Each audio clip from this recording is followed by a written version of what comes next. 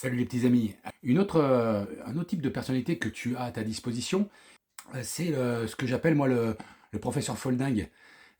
Il est assez proche de l'extraterrestre dont je t'ai parlé sur une vidéo précédente, mais il a une petite particularité, c'est qu'il y a ce côté inventif en fait. Tu vois, il y a ce côté créatif en fait, cette énergie qui te permet de réinventer l'eau chaude.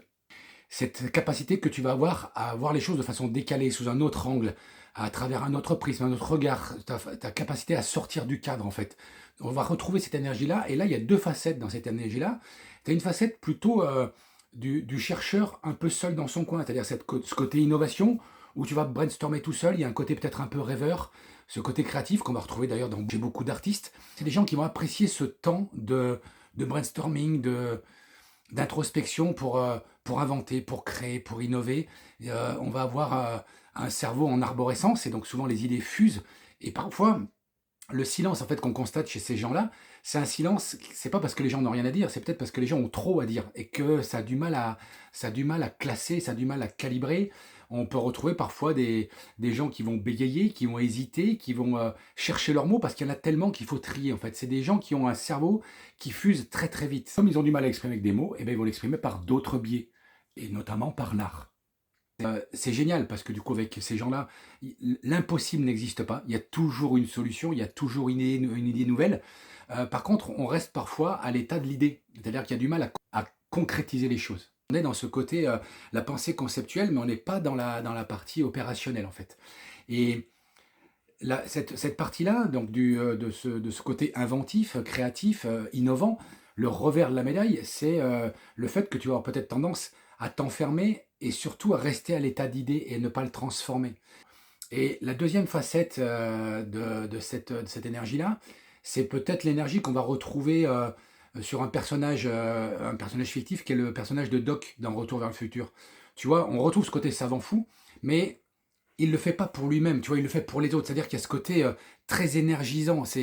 Il va stimuler les autres, il va entraîner les autres dans ses délires. En fait, il embarque Marty dans ses délires parce qu'il y a une énergie tellement énorme chez lui qu'il ne peut pas la garder pour lui. Il faut qu'il la partage en fait. Donc, on a quelque chose qui est plus tourné vers les autres que la première facette. Et tu en as peut-être une plus que l'autre. Globalement, elle peut être présente, mais il y en a peut-être une qui est plus marquée que les autres. Et moi, cette énergie, elle est assez présente chez moi. Et ce qui est fou, c'est que on te reproche en fait les défauts de tes qualités ou les qualités de tes défauts.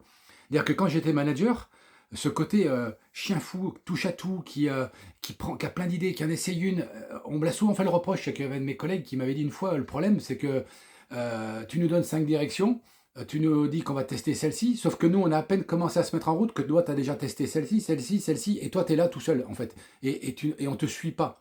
Donc ça c'est un vrai sujet en fait si tu as ce truc-là, c'est que à un moment donné, il va falloir que tu te gendarmes par rapport à ça. Il va falloir que tu comprennes que euh, comme ton cerveau va vite dans la réflexion, il va peut-être plus vite que la moyenne des gens avec qui tu travailles aujourd'hui.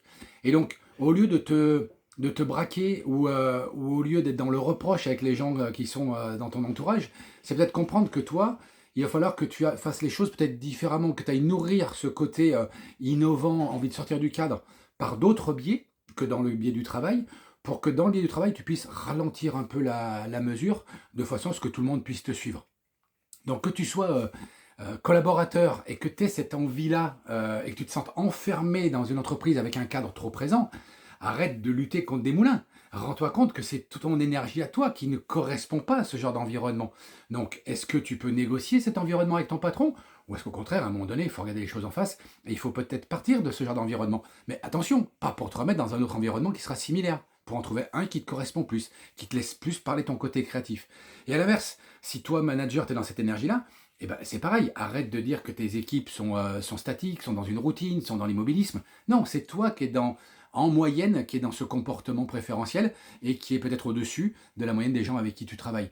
Donc c'est comment tu fais pour que cette énergie débordante du doc dans Retour vers le futur, elle soit peut-être moins touchy que dans le film, où Marty, tu vois, qui suit et il subit en fait. Donc c'est comment tu fais adhérer les autres à cette énergie que tu as, à ces projets que tu as, sinon tu vas finir par fatiguer tout le monde. Je te dis à la semaine prochaine pour une autre partie de personnalité.